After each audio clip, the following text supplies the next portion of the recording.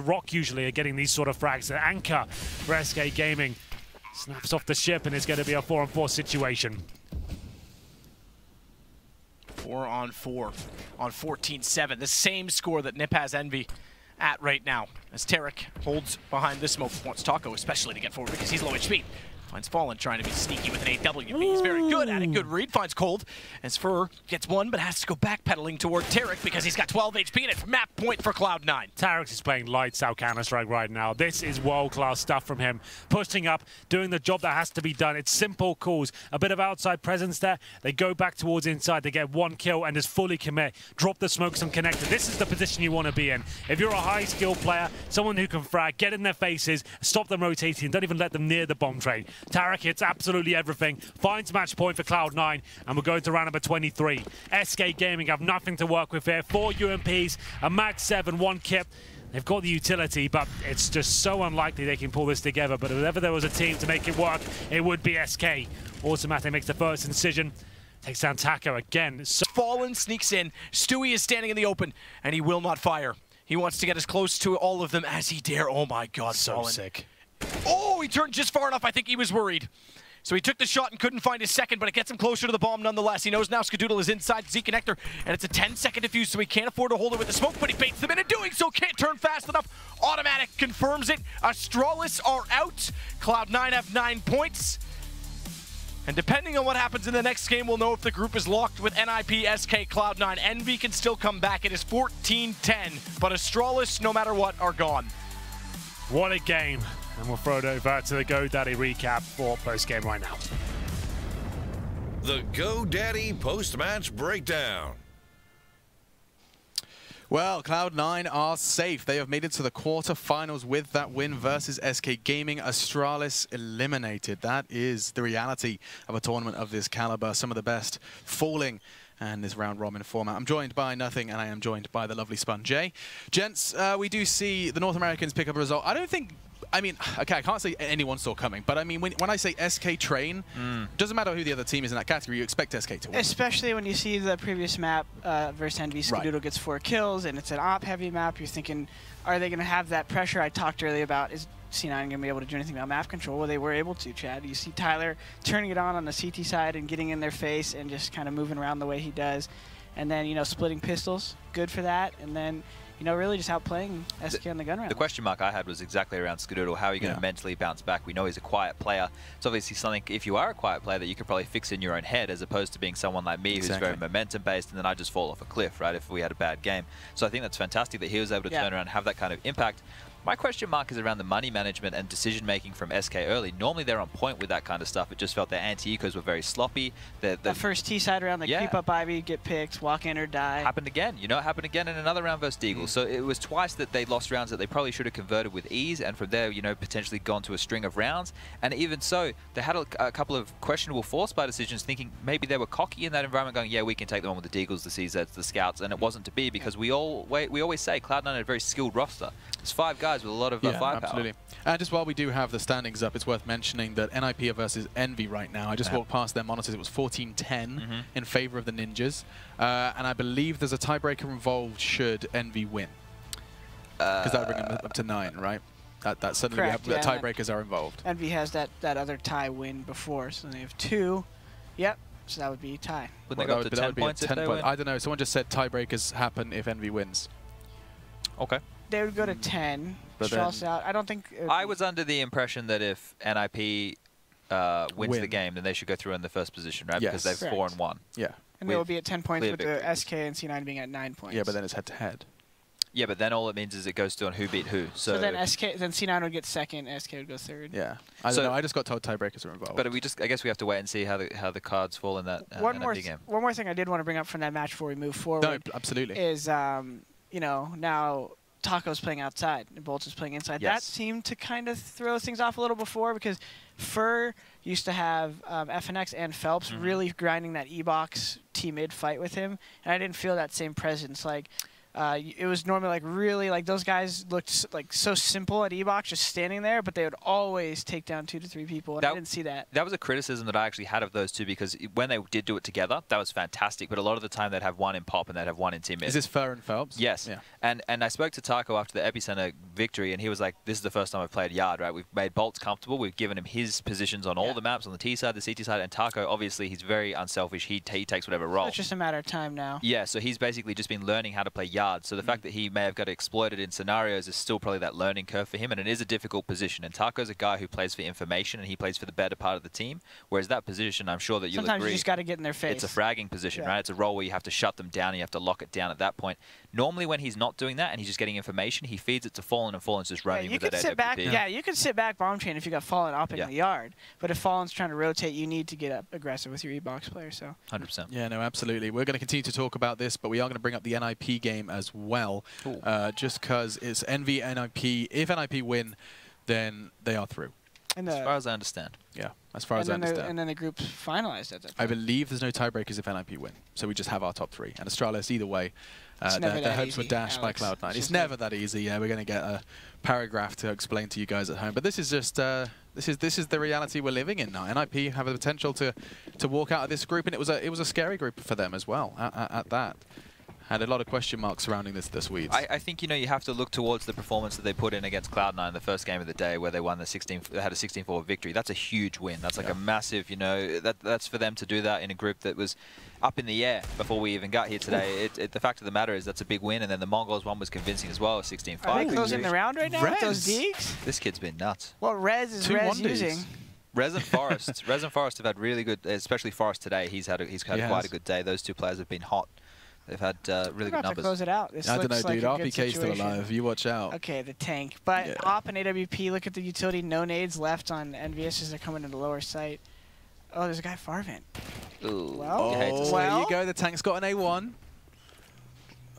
Okay, Exist is going to be punching the digits. It's just a question of what. Yeah, if RPK could do anything else, it looks like it's going to be XMS. It's actually right. Retaking with an AWP, it's not going to happen. I don't know. He's a bit of a. Yeah, I take it all back. I like it. No, I mean, you're putting the olive branch out there. I do like that because you never know in Counter-Strike, and that's what is awesome about CS:GO, isn't it? Yeah, but I mean, one of my favorite kind of like things that happen with casting is when a caster just says, "Right, there's no way they should win this round," I love that. and then that's they proceed perfect. to. And then that's the YouTube clip after. Yeah, exactly. They just don't deserve it. They can't. They should not win this, and they do. But NIP then have done it. They are locked in as well alongside Cloud9. I don't know if we can get an updated standings eventually just to bring that up. That'll be coming up soon. It's got to be.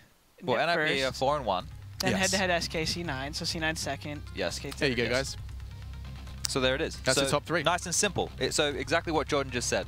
So C9 are going to go through in that number 2 position. SK are going to go in the number 3 position. And the way that's going to work is they play the respective. So Cloud9 play number 3 from the other group. And that's in the playoff, which happens tomorrow, and it's best of 3.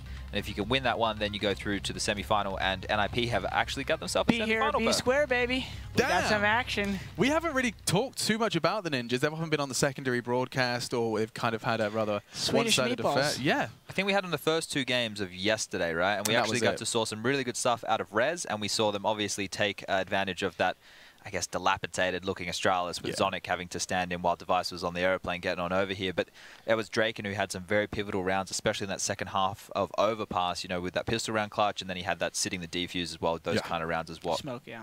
And I'm incredibly interested, actually, to hear what Cloud9 are feeling right now. They are through to the quarterfinals, and it does sound like Tress has got Rush standing by. They have just got off of a huge victory versus SK on Train, no less. So this is going to be a big one. Tress is standing by with Rush, the quarterfinalist. That's right. I am here with Rush down here on the sidelines. You guys picked up a huge victory there on Train, albeit against SK. Let's talk a little bit about that matchup just from the get-go. Skadoodle playing out of his mind.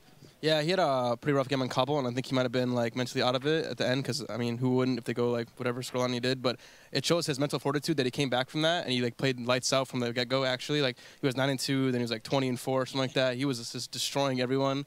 And I'm really glad he played well because everyone gives him flack sometimes that he's like, oh, replace him. But like this shows that he can do it always. He certainly bounced back, and in that right, I mean, I think he had some 20 frags, 20 plus frags in the first half. But talk to me a little bit about this. We're going to shift gears to the calling style of your team. We know that Tarek's been calling a little bit, but it's a little bit of a mixed bag there, no? Yeah, I mean, Tarek is the caller, the designated caller. He'll call strat at the start of the round. But usually, if someone has an idea, like Stu, he'll chime in and say, like, if he doesn't think the idea is right, he's like, hey, we should do this, like, tweak the strat this way. And then maybe Soham will call pause, and Soham will give us input. Even Tim calls a lot of strats. I mean, everyone on the team honestly gives input, but Tarek's just a designated guy at the start of the round that will call. And he actually puts a lot of extra effort in as well. Like he'll watch demos at night and stuff like that, which some IGLs don't do. So I'm glad that he does the extra work. Doing that homework. Well, one last question I have for you here. You guys are going to be going out as second seed from your group. Where does that put the team's mind state?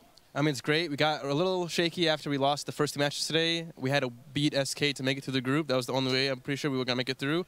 So it was do or die time, and we played loose, and we won. So I think we're just happy we made it through. I don't think seed matters that much. I'm just glad we made it through. You guys are on one right now. Keep up the good work, and we're going to go ahead and give it back to the Xfinity Analyst Desk. Mr. Machine, take it away.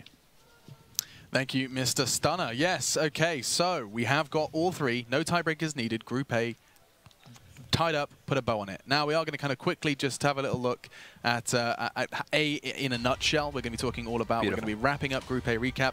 We're going to be talking all about how Group B looks. We're going to be doing a nice little halftime show for you guys. But before we do any of that, we're going to go ahead and take a quick break. You can too. I know you've been enthralled, locked to your monitor. But go ahead, stretch your legs, because we're going to be coming back with another full day of Counter-Strike coming at you guys after the break.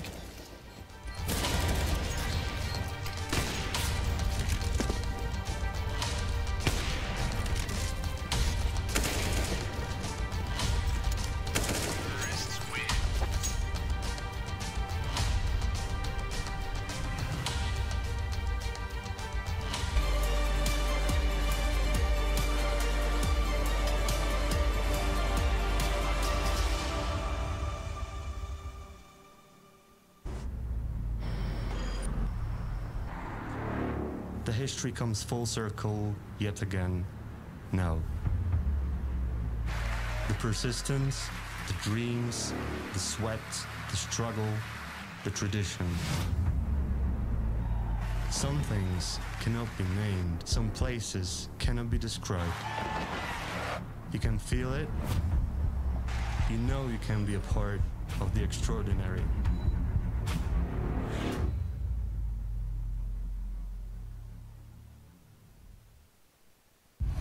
All eyes are on you, so give them greatness with Intel Extreme Masters certified PCs and notebooks and game like the pros. When you see the unique IEM certified stickers on the outside, you'll find high-grade components with Intel Core i5 and i7 processors inside. Every purchase includes in-game content and supports the prize pool of Intel Extreme Masters. Game like a pro, because the world is watching.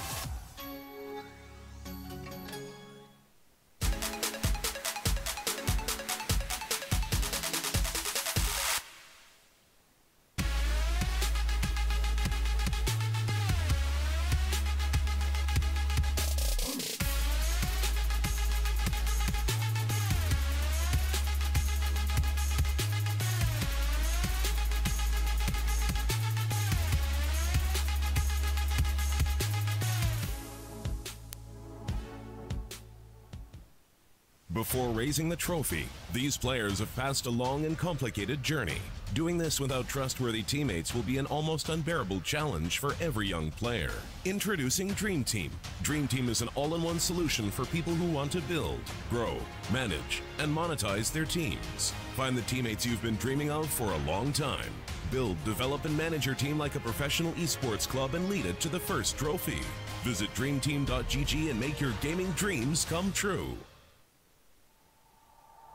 We spend 1/10 of our lives socializing with family and friends. We spend 1/3 of our lives sleeping. We spend almost half of our lives sitting down. So if sitting down is so important to us, shouldn't we make sure to sit with the most comfort? Then there is only one clear choice.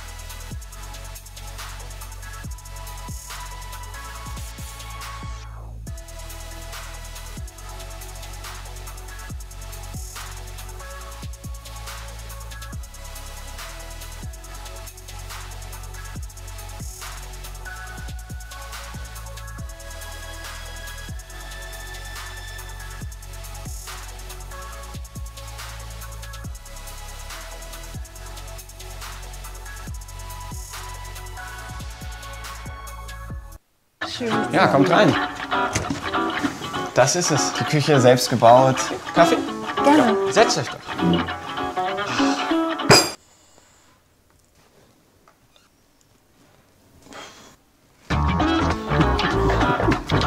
Endlich genau mein Ding. Wohne auch du bald, wie du willst. Mit unserem Wüstenrot Wohnsparen. Wüstenrot. Wünsche werden Wirklichkeit. Gewinne jetzt einen Einrichtungsgutschein im Wert von 1.500 € und viele weitere tolle Preise.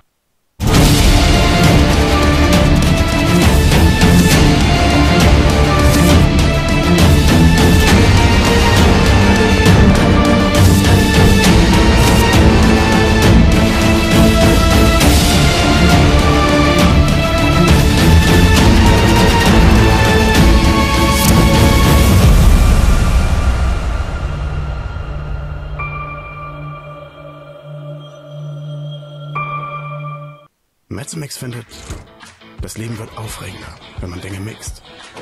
Ein Gartenhaus mit mega Ausblick? Wow. High Heels und Rollschuhe. Trampolin und Badminton. Schafe und, nö. Ein Jacuzzi auf dem Floß. Oder ein Regenbogen in der Nacht. Beim Mixen passiert was Neues. So wie beim aufregenden Mix aus Cola und Orange. Mezzomix. Mixt euch eine gute Zeit.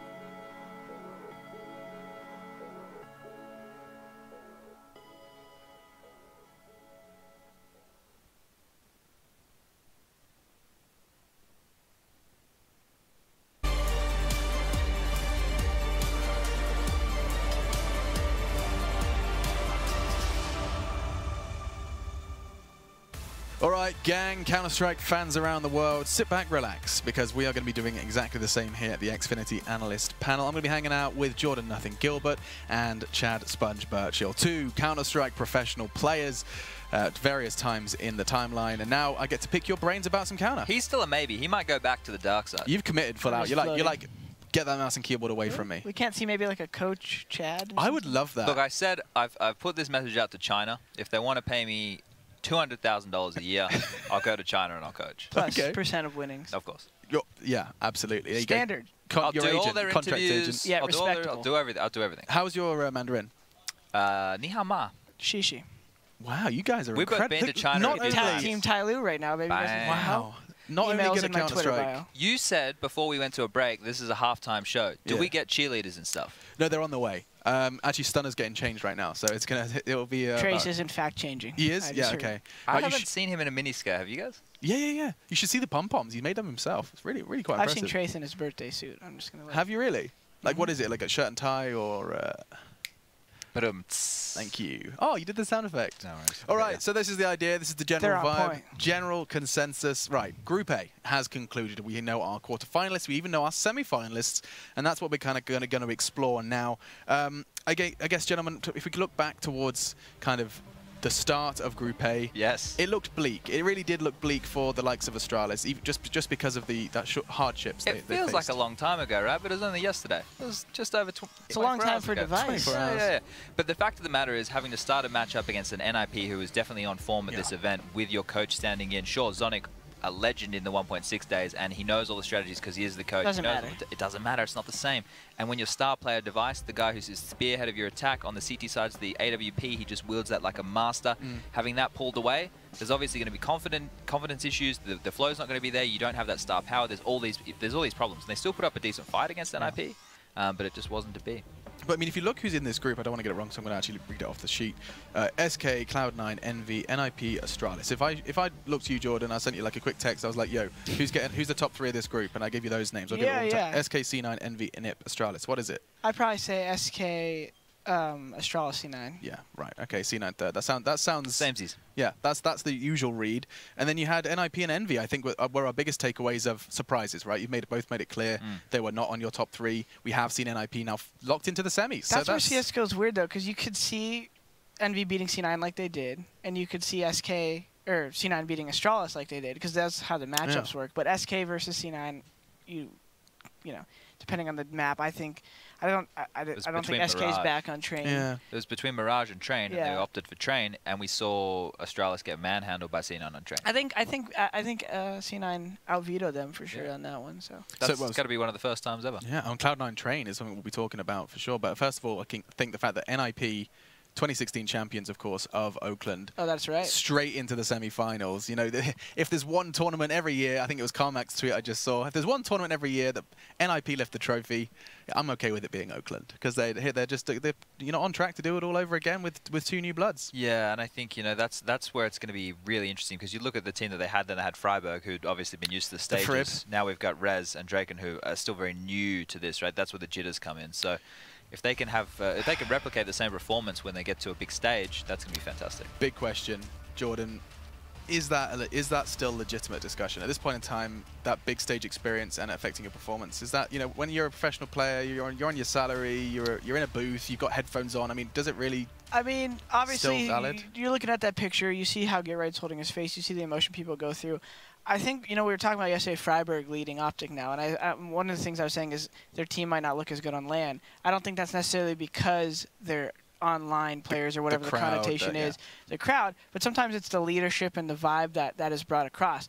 In NIP's case, their leader hasn't changed. They brought in new players, but they still have that leadership. They got Zist calling, but they got Force and Get-Right rounding off the pillars of experience there. So I think Rez and Draken just going to show up and do their thing. It's a little bit different than being responsible for the strategy. So I don't think it's as big of a factor for NIP. So that's not something I'd considered before. Chad, what do you make of that, as in, like, a leader change in an offline environment is more likely to affect your gameplay? Yeah, I guess it makes sense, right? Because it's the environment that you're coming into, and the aura is going to be the same, and you're going to bring them in, and they're going to feel what you guys are feeling, and keep them calm and good advice. Chad was a different leader, I'm sure, depending on the side of events, right? Yeah. Like, if you have a huge event coming, you want to give confidence to your team, so you prep in your own time, and then you bring your energy you want in front of people. You don't want to be nervous in front of your team asking, I don't know what we're going to play. You know what I'm saying? So those little things go a long way. We got to points where I didn't even tell the guys. I just did the veto. It's like, this is the map we're playing. They didn't have any say, and so we changed quite a lot of different attacks. At all levels, teams do that. Yeah, for sure, different things. Even like little things, right? Like I remember when we played you guys at the E-League. This has got nothing to do with the leaders thing, but this is just like how Jordan would get ready for a match, and he's sitting there limbering up. The guy's doing stretches, he's bending over and stuff, doing push-ups. I'm walking past, I'm like, "You right there, mate?" Like, but it's always a good fun to see how people prep for big matches. Yeah, dude, I've seen you do cartwheels and press-ups and a whole manner of pre-match rituals. Once some of it's kind of like high level, and some of it's just kind of for fun. I think at a high level, once you're ready for the match, everything before that is like, you'll hear pro golfers, they'll watch TV shows before they go golf. I think that's sometimes what I liked is going through my motions before I get to the place, warm up, and then I kind of just bounce around, hey, how's everyone doing? And then I kind of get in my zone, and I'm not overthinking anything.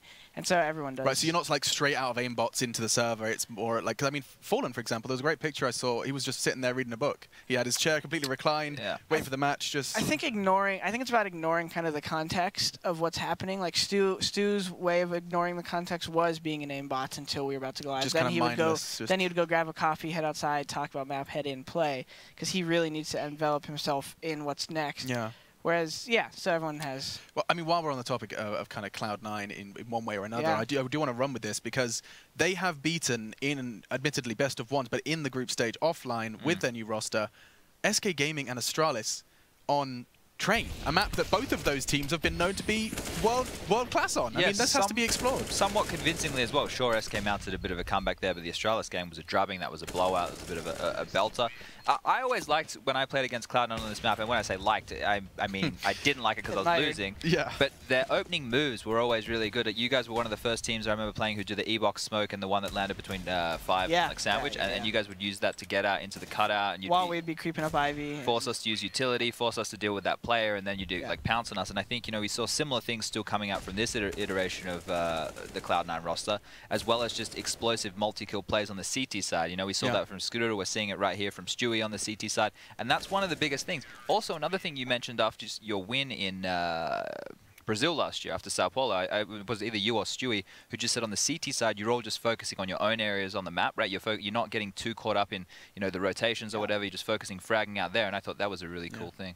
Yeah, no, I mean, I think that's what C9 had on SK in this matchup. I'm not sure as much as on Astralis is having that comfort CT side like we talked about Taco not having is so massive, because on a map like Train especially, everything's pretty dialed in. There's a couple setups. Do you have an op or do you not have an op? And then how do you move around that? But Cloud9 definitely had an AWP on that trainer game. I mean, Skadoodle is a little. We could do a little micro case study of how he has gone from 2 maps, back-to-back maps of Counter-Strike, 4 frags to 30. I mean, it was crazy, just it's absurd. And bearing in mind, because of his performance on Cobble, he was going into this game with the mindset of, because of my shortcomings, we have to play SK to qualify. I mean, like, you know him better than any of us ever will, Jordan. I mean, this is something that Tyler is capable of, you know, this kind of reset. Yeah, totally. And the thing about Tyler as a person is you always see how people talk about his comms and things. I think in general, Tyler's playstyle doesn't sway too much, and he doesn't think too much about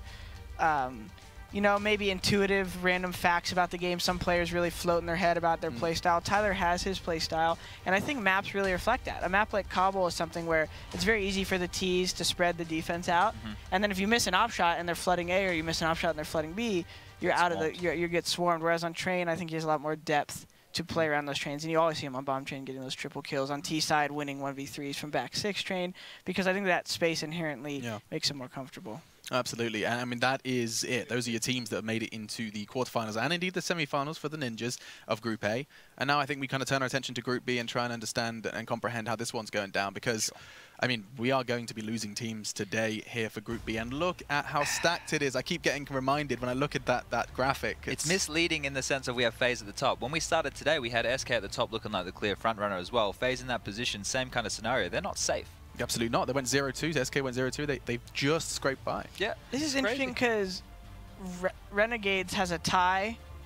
So what happened was Renegades versus Liquid went a loss in OT and a win. Yes. And then Liquid is 2-0, but they're tied. So that's what's interesting about this format to me, because Liquid's actually 2-0, but they're tied as Renegades. So the thing is, if these guys come to a, let's just say for whatever reason it becomes a tie, and Liquid and Renegades are on the same amount of points, it only becomes, and they're just a 2-way tie, it becomes the points between those 2 teams. So obviously Liquid has 2 points, Renegades has 1. So then Liquid would go through as the higher seed or above them. Yeah. Yeah. I mean, so let's just kind of get not the elephant out of the room, but let's just get the easy housekeeping done. Sure. FaZe. They're nuts, top of the table, and we can kind of, I mean, all you have to do is when you run highlights for FaZe, it looks like a frag movie. That's enough of a statement about what they're capable of, and I think that's kind of, this will tell the whole story. I actually really like FaZe, man, just as a lineup. Sometimes you get these like mixed teams, and you know, I'm not just saying that as like a fragging power, but their personalities. It's fun to watch them outside talking. You hear these all these different accents, right? And I was sitting there hearing them talk about their problems, and it was actually kind of profound, because they were sitting there just talking about some of the rounds they messed up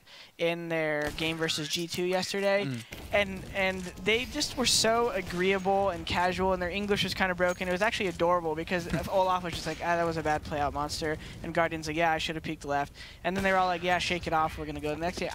They just seem to have something nice and pleasant going on over there, not too much tension in their play. I can't help but attribute some of that to the man on screen now. Yeah, I truly, him and Fallen. When you get to see him in person leading, it's very engaging. Yeah, I think there's an interesting thing, right? With the Astralis drop-off, where he obviously was benched from the team, I'm not going to put all the stake in him being the reason that they weren't able to close games. It became a mental thing for the entire team. Yeah. And having a refresh of leadership changes that whole outlook, right? Everyone gets confidence in a player like Glaive because they had him like as a sub. And there was different all that style. Exactly. And then everything, you get rejuvenated, you get that second wind, you know, you have a new life about the team, and you go from there. And then Carrigan, when he went with the FaZe roster, he was looking fantastic. So I think he's definitely a good leader. He has a very good tactical approach. I love his style. Yeah. I really enjoy the fact that he doesn't even have a problem being an entry fragger for them. I think it's great. He loves it. Yeah. He just goes in, spearhead of the assault, Garrigan. Fearless leader, absolutely. But that is FaZe at the top of the table. Things look the future is bright for them, not only in Oakland, but of course for the next season. But a team that has kind of just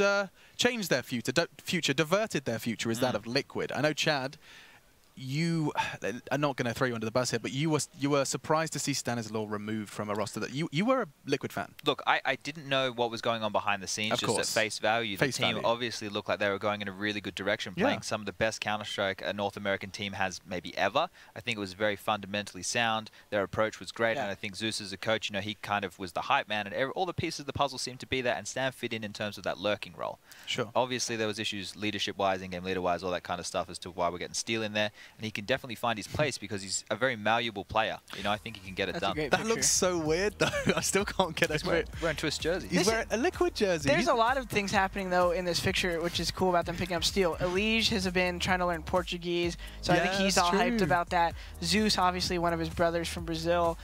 So I think the move actually makes sense in a lot of, like, you know, philosophical ways, and I think that's what Liquid's actually been lacking. I think I agree with what Chad was saying, and I think even when I was on C9, Liquid actually had better structure than us in a lot of areas, but we would a lot of times perform or play better than them because of, you know, maybe more comfort in individuals and stuff. And so I think in a philosophical sense, them getting Steel, lighter-hearted player, has a good dynamic with Zeus, and then the younger guys have a more kind of a more laid-back dude. That always helps a player like Twist to kind of blow up. Elige, these guys that are massive for the performance of Liquid. And I cannot think if someone asked me who is like the most positive player, you know, we really need someone that brings positivity, a ray of light in our team. I'd be like, yeah, man. Hey, man. Hey, Steel, you just got knocked out. Yeah, man. It kind of sucks, but you know what? I love Counter-Strike. I love live.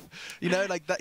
Who better? Who is better for that kind of delivery outside of games? Yeah. Steel. And it's actually super valuable on certain teams to have that. Not every team needs that. Some people have their own coping mechanisms, but for the younger kids who can get in their head very easily, and they're they can be so hot and cold. Someone like Twist, great kid, going to be even better, I think, having a teammate like that.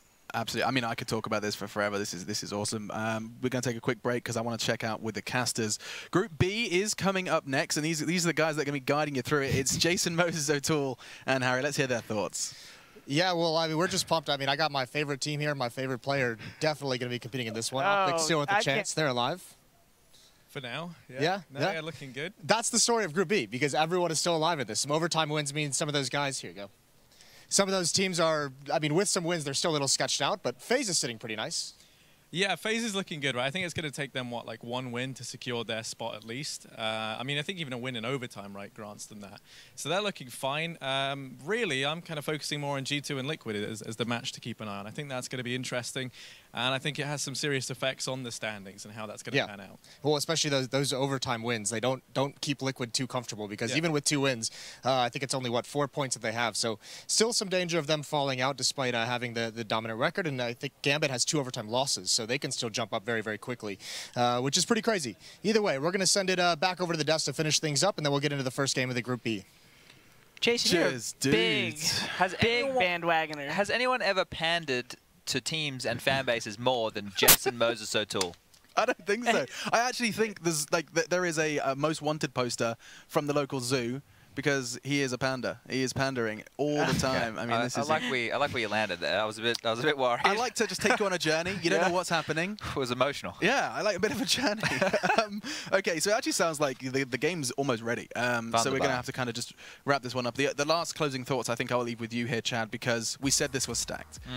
They've just said, the casters said, you know, anybody can still take this group, despite FaZe, of course, holding that top. Do you think that still stands? Closing thoughts. Can anyone seriously come top 3? Look, I think there's a lot of Counter-Strike still to be played, and there is a lot of moving and shaking that's going to happen. I'm obviously leaning towards FaZe to be the favorite team going out of this group in that #1 pole position, which is definitely what we need to see. I think G2 can turn it around. I think they still have that possibility, and I'm liking what I'm seeing from Liquid. You know, and Renegade. Liquid versus G2 is going to be super high. It's going to be a banger. Oh my god, yeah. Okay, you guys are feeling the same vibe. We are. Fantastic Counter-Strike is on the way. I mean, when I introduced the first game that's coming after the break, this will be enough of a scene set. Gambit, major champions versus FaZe, New York champions and world beaters. That is the first best of one of this group. You guys do not want to miss it. Join us after the break as we break it all down.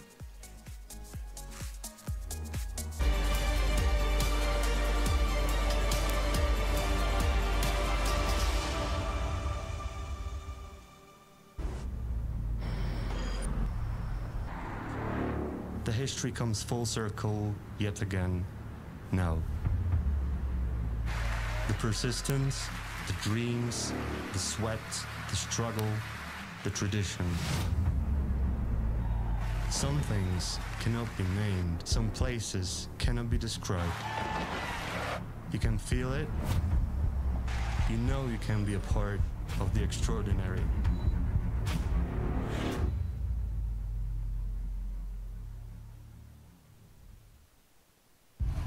All eyes are on you, so give them greatness with Intel Extreme Masters certified PCs and notebooks and game like the pros. When you see the unique IEM certified stickers on the outside, you'll find high-grade components with Intel Core i5 and i7 processors inside.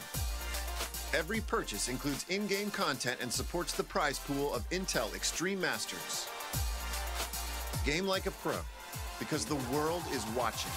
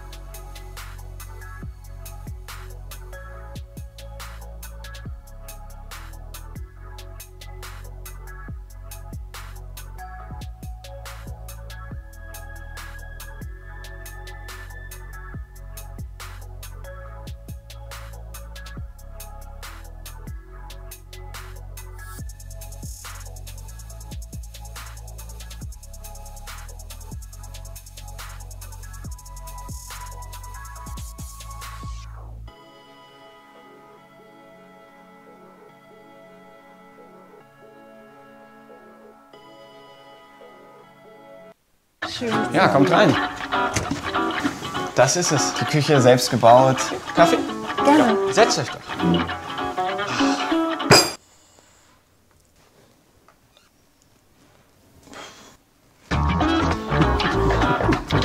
Endlich genau mein Ding. Wohne auch du bald, wie du willst. Mit unserem Wüstenrot Wohnsparen. Wüstenrot. Wünsche werden Wirklichkeit. Gewinne jetzt einen Einrichtungsgutschein im Wert von 1.500 € und viele weitere tolle Preise. Metzemix findet, das Leben wird aufregender, wenn man Dinge mixt. Ein Gartenhaus mit mega Ausblick? Wow! High Heels und Rollschuhe. Trampolin und Badminton. Schafe und, nö. Ein Jacuzzi auf dem Floß. Oder ein Regenbogen in der Nacht. Beim Mixen passiert was Neues. So wie beim aufregenden Mix aus Cola und Orangen. Mezzomix. Mixt euch eine gute Zeit.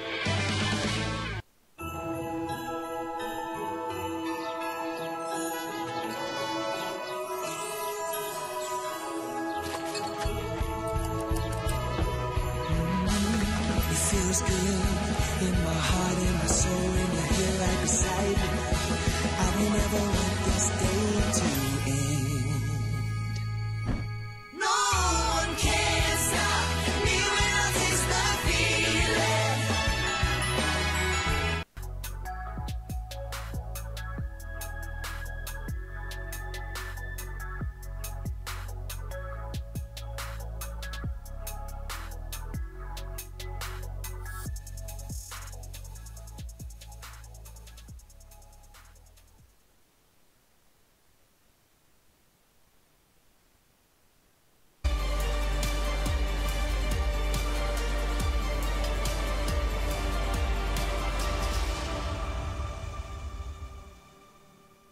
Right then, it's time to get some Cutthroat Counter-Strike underway. We're into our second group of our second day here for IEM Oakland 2017, and now you can strap yourself in. We have ex-major champions, of course, with the defending major champions, Gambit. However, they have lost their fearless leader, Zeus, and now they take on FaZe Clan, a scary prospect for any Counter-Strike team currently competing this year against those names. We've got nothing and a bit of a change-up. We've got Yanko joining us as well.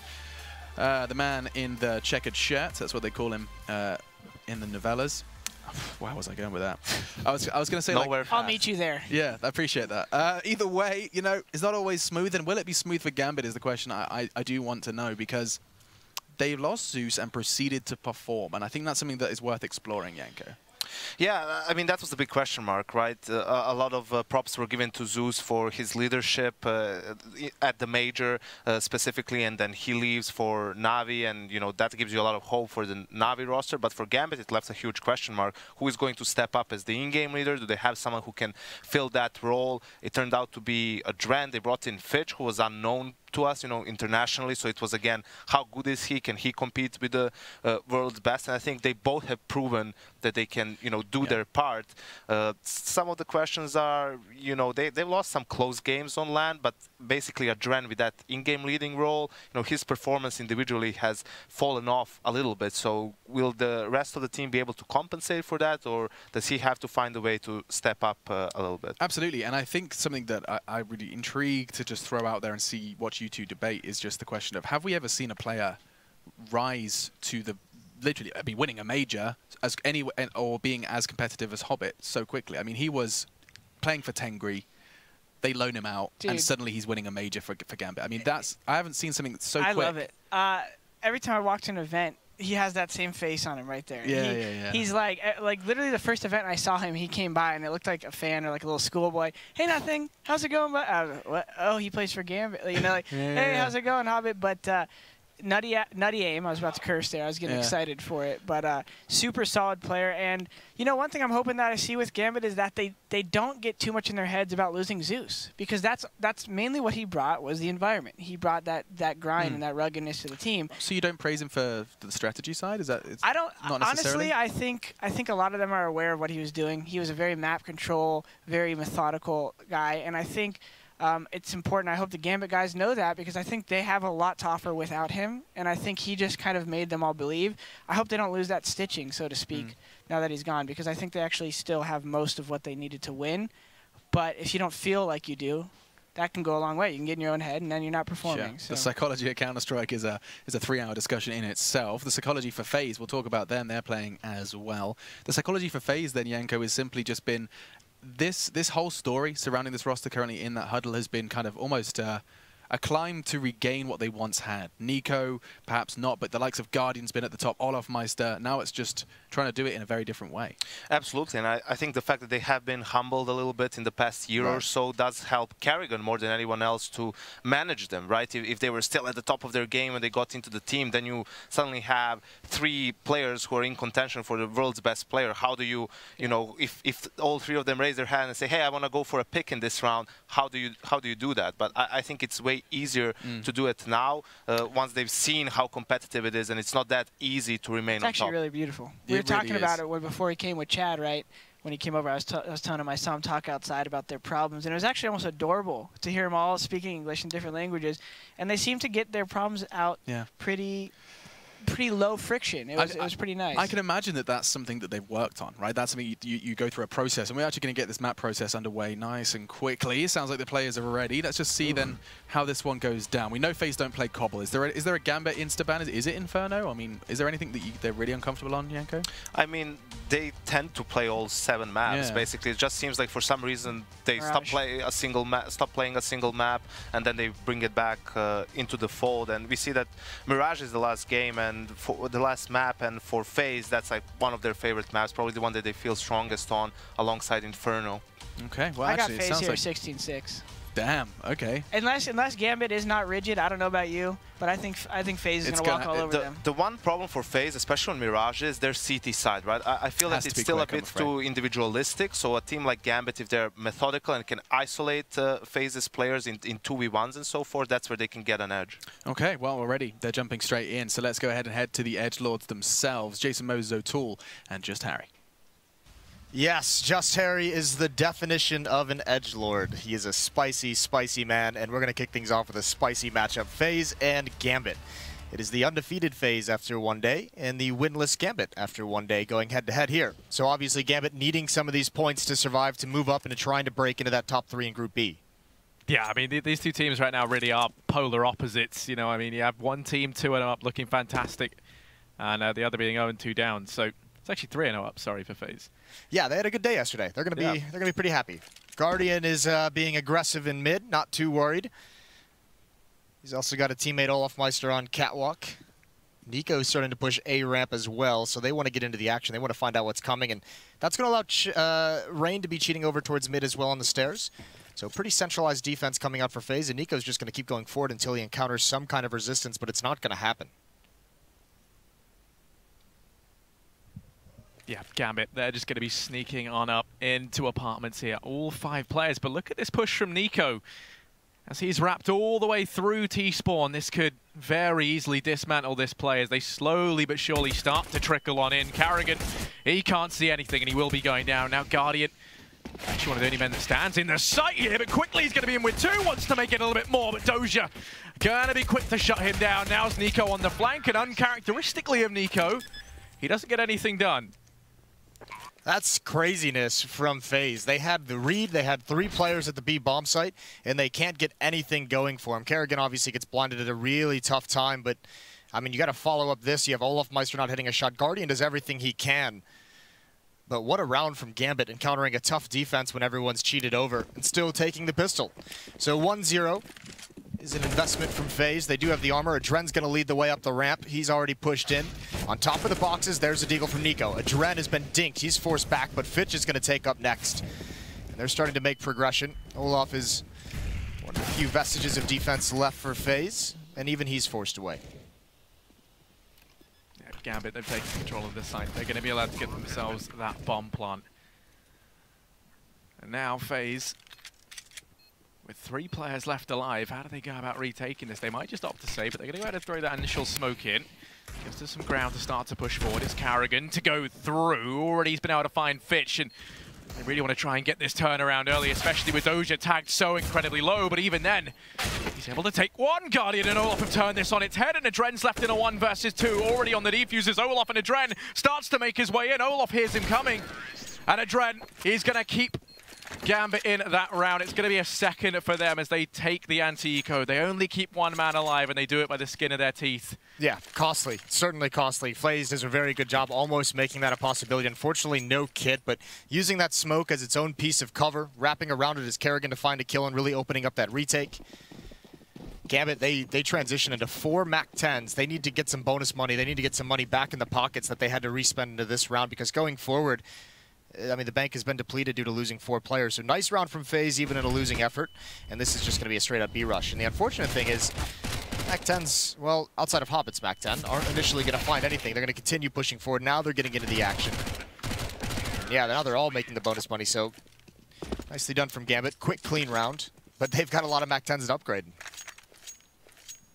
Or they just keep them and do another rush. Why not? Yeah, I think Gambit definitely probably will tend to do that. Right? I mean, when you have to upgrade across 4 players anyway, and so little money actually made, it will make sense to do that. So they're going to have 4 MAC-10s in play, Mac Daddies as they're known. And, well, FaZe have the AWP on Guardian. Not that much utility really to play with here, and Guardian's going to go ahead and try to take this aggressive peek, and actually it pans out for them. That's Fitch already taken down. Doja going to go charging in with the MAC-10 by his side. It roars to life, but Mo and Doja get work done between them. These MAC-10s finding frags somehow. The bomb hasn't actually made it into the site just yet. It's going to be on the back of a Dren. He's grinded to a hole up here in apartments. Now drops down into the site. Still has plenty of time to play with.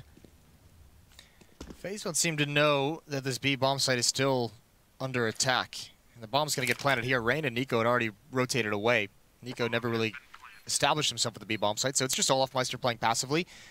MAC-10's having success, some players without head armor, and there's Hobbit down very low. Olaf's going to get slowed down. There's no kits on the FaZe side of things. They need to hurry this up. And a Dren, he's got to get into the action. He cannot hide away, and there it is. Headshot onto Rain, backing up Hobbit. Make sure he doesn't have to take any fights at that low HP. He's going to peek out again, trying to find the timing. Olaf has him pinned down, and Hobbit gets one more, and it's doable, and they've won it. With 4 MAC-10s, Gambit steal that 4th round away, powering into the B bomb site, and FaZe off to a slow start. I mean, Gambit there with the MAC-10s, they managed to make it work. 4 of the cheapest SMGs, you can actually field up, and they managed to make that round a reality. So money's looking fantastic for them now, looking at the future. They didn't have any MAC-10s left, sadly, to utilize here, so it will be rifles across the board, but they've been able to get that buy-in nice and early. Rain, actually the only defense over here on A, and he's normally the man we look to turn some of these insane rounds on their head. For FaZe, he's going to be pushed up over here towards ramp. Yeah, FaZe is taking some gambles, which is fair play in these rounds of stacking over towards a bomb site. And the tough part is Gambit is playing a pretty basic T side at the moment, where it's just a lot of players grouped up, hitting a bomb site, focusing on trading. And in that kind of a scenario, if you're FaZe, it just comes down to whether you're right or wrong on the gamble. And so far, they haven't found, or they haven't guessed the right bomb site. A couple players making it over now, but you almost feel like this round is lost. A lot of utility being used to get this bomb planted safely, but oh, that Deagle. It's dangerous, and he could get another. 2 on 3, and Hobbit pretty much ensures the safety of Gambit in this round. And it's a good start right now from Gambit, especially when you look at it. I mean, if you recall yesterday, I believe it was their T side that actually let them down in the end, right? I mean, we saw that they had a very, very strong CT side. So really, being 5-0 up versus FaZe this early on, I think bodes very, very well for Gambit looking into the future. Nico's over here in mid, doesn't get anything done at the end, so don't save the armor or the Deeg into the next round, and they don't do any damage to the Gambit economy either. Yeah, it's going to start getting pretty strong here, and this is a big round for FaZe to get going. Finally, they have the full losing bonus. They're going to have the best buy they've probably had in this game so far. Everyone's got utility except for Guardian. They've got a couple kits. Guardian has his AWP back in his hands. He did find that opening pick on the round with the 4 MAC-10s. I think Kerrigan was accidentally knifed by a teammate, so that's a rough start for him. Not going to love that. CT side, there it is, through the smoke, the timing. Nico into the window. He's already out of the action on a very critical round. Yeah, now that they've been allowed to find that frag over here in mid, it's going to be a repeat of kind of what we tried to see them do yesterday. Hobbit this time demanded to push in through lower tunnels. Olaf and Rain will be grouped up in mid here for FaZe. Try and keep the side of Gambit at bay. Actually, frag's going to go left and right. It's Rain up in ladder room that could make all the difference. Oh, going to eat that nade, and now Sindri goes down to try and buy him that much more time. Going to be flushed up and away from that Molotov. Kerrigan, in the meantime, going to put in some work over in the B-bomb side. Now it is just how Hobbit and Mo left. 2 versus 3 over here in middle. And Mo knows he has to get that bomb. Rain's actually gone ahead and dropped off onto cinder blocks. He's going to go hunting for him, and he's going to come to regret it as Rain. He's pulled this back. 3 frags for him. That nade inflicts some decent damage, but Hobbit, he does take one, but Guardian's there to trade things back. And FaZe, you said this round was important for them. They're going to be allowed to pick it up. Yeah, but Rain is so critical there with those 3 kills. Especially him and Olofmeister play that really, really well and doubled up in ladder room. A bit of a bait and switch. They had to do something to make up for the loss of Nico so early on in the round, getting picked off through the smoke. And Rain's the one to pull it out of the hat. So that's phenomenal. Another buy coming in. Gambit. They have the AWP on Mo. Nico's going to get aggressive. He's had a bit of a rough game so far. A couple nice shots to the Deagle. That's about it, but he can't get a kill there. It's the flying MAC-10, and that transitions right into an AK-47, and they're not slowing down. They're already pressuring into Connector, and Guardian gets 1 kill and backs away.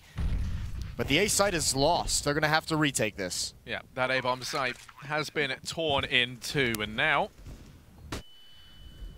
Carrigan here in CT. Actually, it's Hobbit in middle. He accidentally finds 2. Guardian just jumps straight into the bullets, and now it's Carrigan left 1 versus 3. Sneaking in from CT. Might be able to spot Hobbit out, but first it's to contend with Mo. Now the crossfire from Hobbit. Nearly gets caught out. Carrigan, the pressure's really on at this point. 2 players engaging for opposite angles. Carrigan's on the bomb, but Doja takes the peek. Thinks the Molotov keeps him away, and it does not. Yeah, Doja sees the Molotov coming, and he steps right in front of it. Great, great round from Gambit. This is very aggressive that they're coming out with. This spray from Hobbit is excellent, obviously. Gets fortunate. They're dropping out of the window, so it's not the opportune moment for FaZe to be in fights, but a good fight selection from Hobbit on the Gambit side of things to get the double kill and open things up. He's back onto the MAC-10. That's a hard reset for FaZe. That could spell disaster in this. We mentioned they are sitting in the lead with 3 wins yesterday at 9 points, but got to be sure that they don't let this slip away.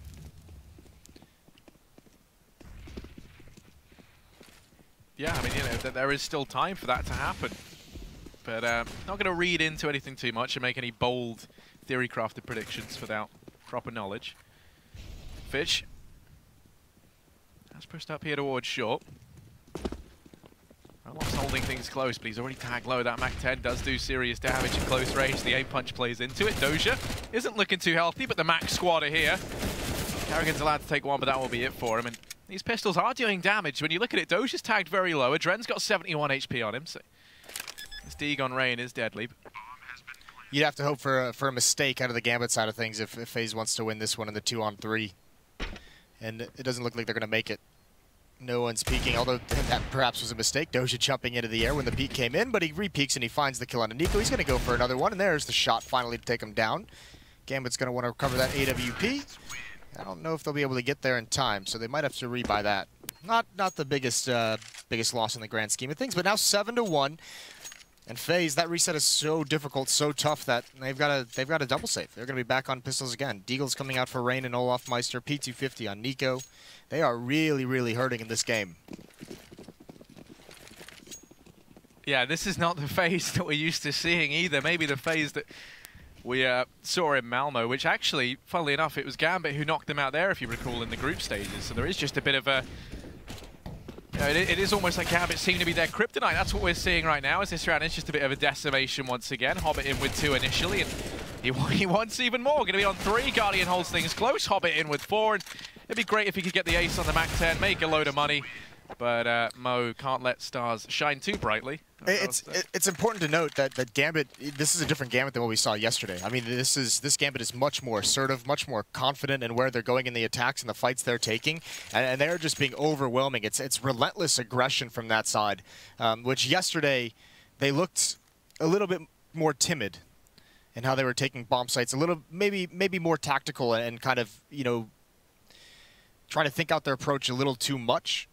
And this time, it's go take the fights and go win. Tactical pause from FaZe as they try and figure out what's going on. Hobbit is 17-5. We saw, what, 20 kills out of Skadoodle, I think, in 10 rounds earlier today in that C9 versus SK game. So if Hobbit gets 3 kills here, he's tied the record. I think that's how it works. Well, there you go. Let's see. FaZe, they are desperately trying to locate that problem. And Keo hasn't been in the team for a while, so... Curious to see how they do play this out. Nice little throwback there. Yep. Sure Keo's watching, is loving that. Yes, what will come from this?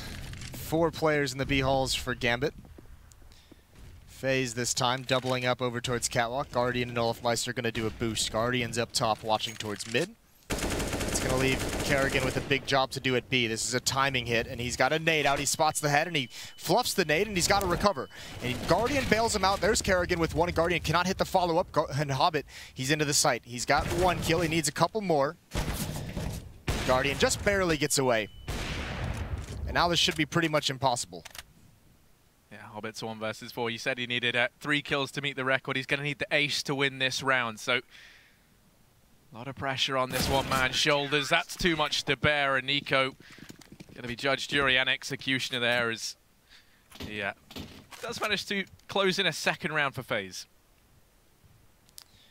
We're going to see an immediate pause coming out of the Gambit side, being up 8-2. So this is an opportunity they want to again reset the bonus that FaZe had building up.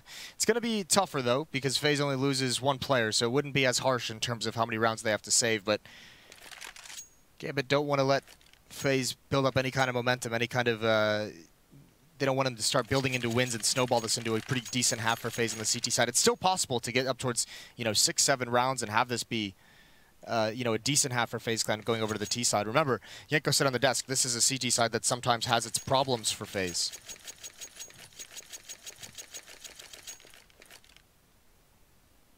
Yeah, Gambit, I mean, they're not shy on money. They've got the AWP up for Mo.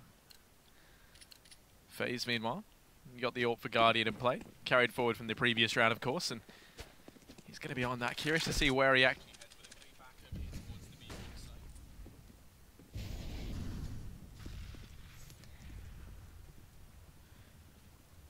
But going to start to push on in. Adren and Hobbit clearing this angle. They're going to be walking into the prying eyes of Kerrigan and Guardian as they double up here. But actually going to fall as a result. Guardian's able to take 1 back in return. So instantly we keep things even. The aggression there going to be rectified as Guardian not on the hills with the trade. And it's ultimately going to be Nico who actually retakes that man advantage for FaZe, forces their hand, and you can see Hobbit in response tries to make a play up through Connect. They're going to be forced into the arms of Olaf, but this man doesn't want to slide easily into the embrace of death. That was very nice presence from Hobbit. Gets in front of the smoke just at the right time. An awkward timing for Olafmeister, who wanted that battle. So he's done some damage, but still in a 3-on-4. Gambit don't have a whole lot of options. They're running low on utility at this stage in the game. 1 smoke. They're going to transition into a hit towards... Actually, it looks like Hobbit's going to go towards B. Mo is going to wrap around CT spawn towards A. The tough part for Mo coming up is Rain is already pushed. So this kill, if it comes out for Rain, which it's a surprise positioning, it could spell the end. But he's actually going to get lured forward by the presence of Hobbit over at the B bomb site. There's... Oh no, he misses the shot. It's Mo who finds it. That's a great distraction from Hobbit to bring him out of position, but now Nico's up next. And Fitch hasn't seen him. The timing isn't going to work out. Mo's certainly going to go down here, and that should be the round. Fitch has got to go try and recover the bomb, as does Hobbit, but Nico can just stall for time while Olafmeister rotates into position.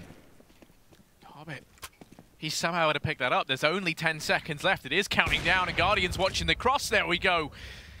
Bomb dropped. Hobbit tries to go for the plant. His hand's been forced, and Olaf going to be quick to peek out from CT. Denies the plant, finds the frag, and gets a crucial 3rd round here for FaZe.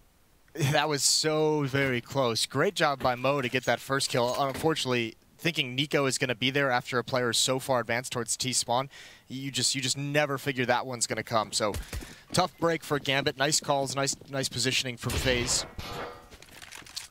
Gambit now steady, or I mean Guardian, excuse me, steady with the AWP in window room. He's going to get spammed down actually, but he finds the return right through the smoke. Not in the mood to fall there, and Olafmeister still aggressive on Catwalk. Nade's going to do good damage onto Hobbit. Molotov is going to force him back as well.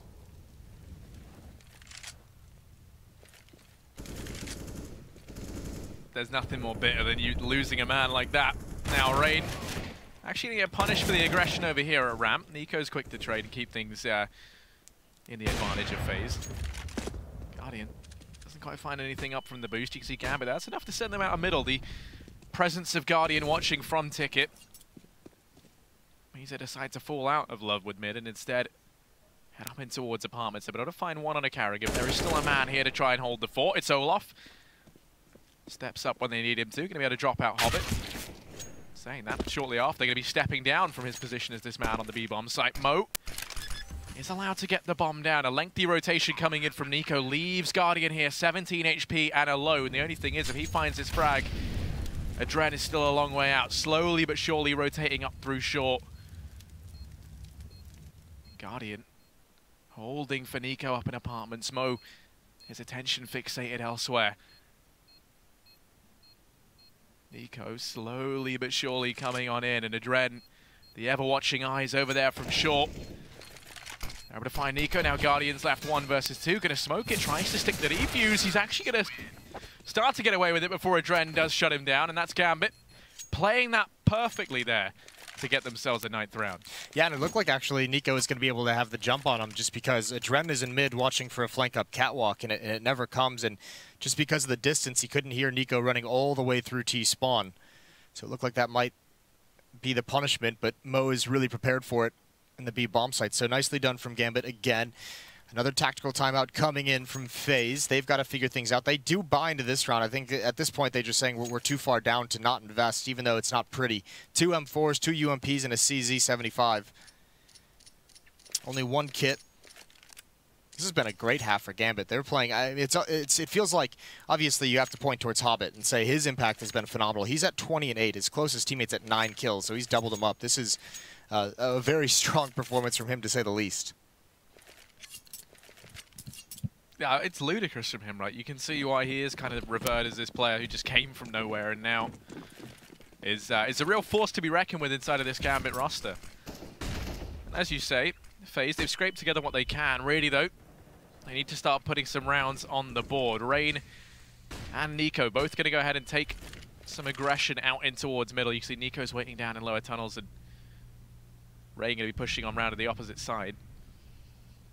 Gambit aren't too keen to give away any sort of advantage. They're just going to be stacked up outside of B with Hobbit waiting in middle. Carrigan's been spotted out, been taking this aggression time and time again, so it's read perfectly from Gambit. The real linchpin here is this Rain and Nico flank that's coming in from behind. Well, they wanted that to double up with Kerrigan's aggression to trap him in towards halls. Mo's looking for it now, and he spotted it. He misses the initial shot. He needs backup. Gonna go for the repeat, finds one. He knows there's another. The no-scope is a leg shot. Eventually, Rain takes him down, but the damage is done. Guardian's backing away with that M4, and Rain with the AWP just has to try and do his best to save it, but he's being wrapped upon. He's being surrounded. Although he might have found an avenue out through the underpass. FaZe, you know their economic situation is dire, so it'd be so big if they could keep these weapons. It looks like they might get away with it. The only man who was within hunting distance was Fitch, and he was dropped out by Guardian. He's swooped in to save the day, keeps Rain alive, and they have a little bit more to play with in the next round. Question is, with the AWP and the M4 carried forward, do you go for a force here, or do you just plan on ecoing things out? I think if you force in the last round, you force here as well. Because, you have to feel a certain amount of confidence of Guardian having the AWP in his hands, knowing what he can do with it. And also, I mean, you only have 3 rounds. 5 is it almost feels necessary to get if they want to come back into this. It's going to be a very difficult T-side to begin with. It's Mo with the pick. Doesn't land the shot, and they're going to fall away from mid control. So mid presence was there, but they switched things up, and now transition, it looks like, into another 4-1 setup. Adren in the B halls, the rest of Gambit over towards the A bomb site. Nico and Olafmeister are here. Unfortunately, neither of the rifles, neither of the weaponry, the AWP or the M4 is at this A bomb site. Yeah, so instead we're relying on the CZ of Olaf and the P250 of Nico. Gambit start to push on in. Nico's going to be holding close. Olaf actually goes pushing in towards Palace. Now he's got himself an AK to try and work with. That nade does find good damage. Olaf going to be kept at bay. Tries to fall on back, but Adren reads that well. Shuts him down, prevents him saving the M4. And at this point, if you're Guardian, I think you're really thinking about just getting the hell out of there with that AWP. Yes, that's exactly that. That has to be your thought process. Save the weapon for the next one, for the last round. No one hunting from Gambit at the moment. It's been a insanely powerful T side out of Gambit. And like I said a couple of times, they're not doing anything mind-blowing. It's just very, very basic. Focus on tradings. And obviously, when you have someone like Hobbit having a game like this, your T side gets that much easier. He's going to come right through the murder hole. And baits out the shot from Guardian. The leg shot comes out. Mo has the position. And he drops him. That's crushing.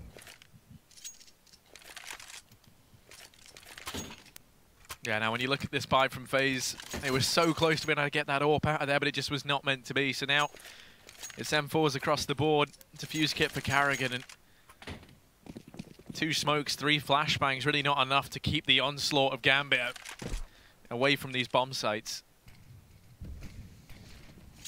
Fitch and Doja early on, watching for any early aggression out through mid. I want to see if FaZe go for any sort of last-ditch attempt at reclaiming ground here in middle, but that's not meant to be the case, as they've actually stacked B. Not the worst idea. They've been burned a couple times by contact plays from Gambit over towards this B bomb site. So having 3 players there, it also means if Olaf is kind of halfway out that window, he can push up if he chooses, if he doesn't feel the pressure in the B bomb site. He can have a early flank, some kind of information play if he chooses to go that route. Question is, how long do they keep up this B stack? There it is, actually. He does go for a fight. Adren takes him out. There's Nico's response onto Hobbit, the equalizer, but Adren's going to push forward over towards the B bomb site, take some damage, and the rest of Gambit working their way up catwalk. Yeah, they're going to get that positioning entirely for free. No one on that A bomb site has any vision as to what's going on. Doja going to decapitate 2 as that B bomb site has been pried wide open. Nico goes down shortly after. Rain left 1 versus 4, and if there ever was a time for this man to step on up, it would be now. Last round and a half, and FaZe trailing behind. But here he is, Rain in with the first. Make it 2 as he starts to feel things now. And spots out Mo over there towards short. Quick switches out to the AK. Continuing to push on up. Mo going to be holding the angle. Adren watching, and Mo shuts him down. Gambit, they secure themselves a 12th round right at the end. And that's really not how FaZe wanted that half to end up. No, I don't think FaZe expected how visceral Gambit was going to be on their T side. That is impressive. FaZe yesterday gave up some very, very big leads to end with close games, but today they've started out slow, haven't even really shown up. We'll see if they do in the second half. Stay tuned.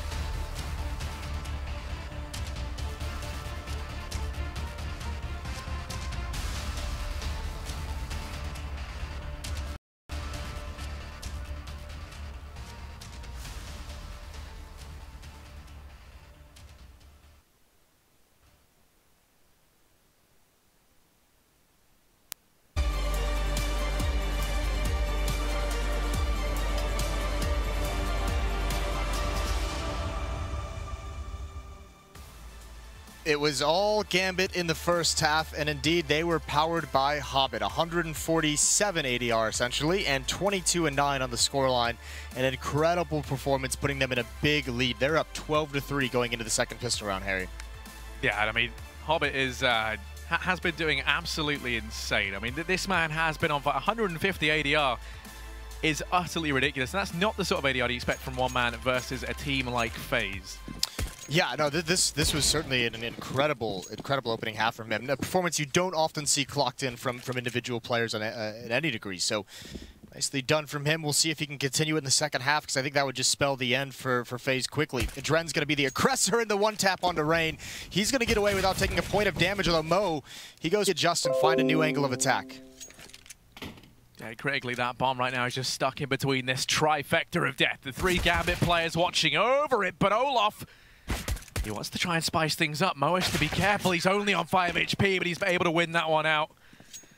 And Gambit, they've got themselves the pistol round. That's going to spell disaster here for FaZe. They've been a team that are very, very good at stealing away Anticos with their force buys, and now they kind of need to live up to that more than ever. Yeah, they certainly need that if they're going to come back into this. So 3-13, it's already looking very unlikely, especially considering Gambit now on the defensive side of things.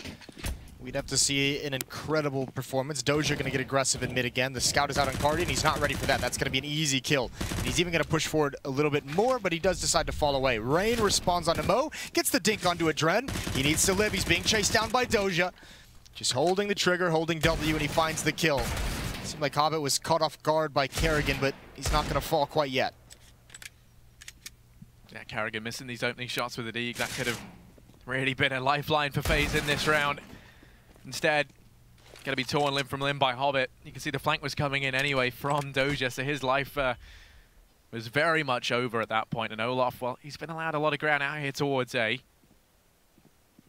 This actually could be an opportunity for them to work with, but Fitch, not a man of opportunity, shuts him down. Nico, 1 versus 4, Deeg and Scout in hand. I think if there's one man he'd want with this combination, it is Nico. Gonna start to push down through middle. Only has 40 seconds left, but he's got the bomb on his back. Doja. Oh, Nico, he's woken up. Gonna be in with a second. Hobbit and Adren. Now suddenly thrust into a 2-on-2. Adren, 17 HP, pushes into the site and puts Nico to bed. It's going to be a 14th round, but Nico, you can see, started to wake up a little bit there. Yeah, you start to get scared when he hits those 2 shots. That's when you get a little worried. That's insanely good shots. The follow-up onto Fitch at that range. Regardless, just too much to ask for that 1v4, but FaZe now buying up again. They know they just need to get a win on the board. They know they need to turn it around. This time, they're not going to spread out across the map. They're going to use the utility. They're going to go for an execute. Adren is in connector, Fitch inside the A bomb site. So Fitch, this is a chance here for FaZe, because if Fitch gets isolated, if Adren can't get back in to help him out, there's going to be a lot of trouble, and Fitch just gives it up. They're already turned the corner. Mo's ready, though. The AWP picks off Kerrigan in the air, and now Adren coming through. He's brought down low, eventually traded away, but the forces of FaZe have been whittled down, and there's really nothing left for them to do. Nico again a 1-on-4 with his Deagle, and he won't even get a shot off. 3 kills for Fitch. It's map point for Gambit at 15-3. Yeah, we didn't really get a chance to look at it there, but they actually force bought up into that round, and that marked 2 in a row, meaning this is another force once again. So at this point, I don't even know if they're called forces. I think they're just they're just called buys because that's all they've got. To, right? So yeah, they put everything they can into this round, and this is it. Do or die for FaZe, and what a way for Gambit to get their first win on the board. If they manage to close this out, you can see Olaf over here in mid with the scout. Trying to gain some ground for FaZe. They felt very restricted. They've always been running into a man and losing the duels, and right now it's Hobbit and Doja locking down mid. Bombs dropped out in the open. Kerrigan's fallen. Rain's finished off shortly after in Gambit. 16-3. What a way for them to get their first win. Yeah, that's a statement to start the day. Quick match. Didn't expect that one. Powered by Hobbit. Gambit with a big win, their first win of this group stage at IEM Oakland. So nicely done from them. And that didn't even, I mean, they weren't even sweating whatsoever. FaZe never seemed to show up in the server. That first half was so frightening, and Yanko is spot on. That CT side for FaZe looked weak. We're going to head over to the desk with some of my favorite daddies for the GoDaddy recap. The GoDaddy post-match breakdown. Well, you know, just when you think you can understand how Counter-Strike's going to go, just when there's a predictable nature to some of the games, something like that happens. Let's try and understand this one. In the pre-match, and you, myself, Jordan, and Nothing kind of had the conversation suggesting that this was either going to be incredibly close, or you said, like, oh, FaZe are taking this one. Yeah, FaZe 16-6. But I love that I'm wrong here. Yeah. You want to know why? Because it also plays into both things. So I could play both sides of the fence here, because I did say that, you know, I don't think Gambit lost as much as people think when they lost Zeus. Obviously, he was an icon of the team. Obviously, he was a pillar of the strategy. But they still got people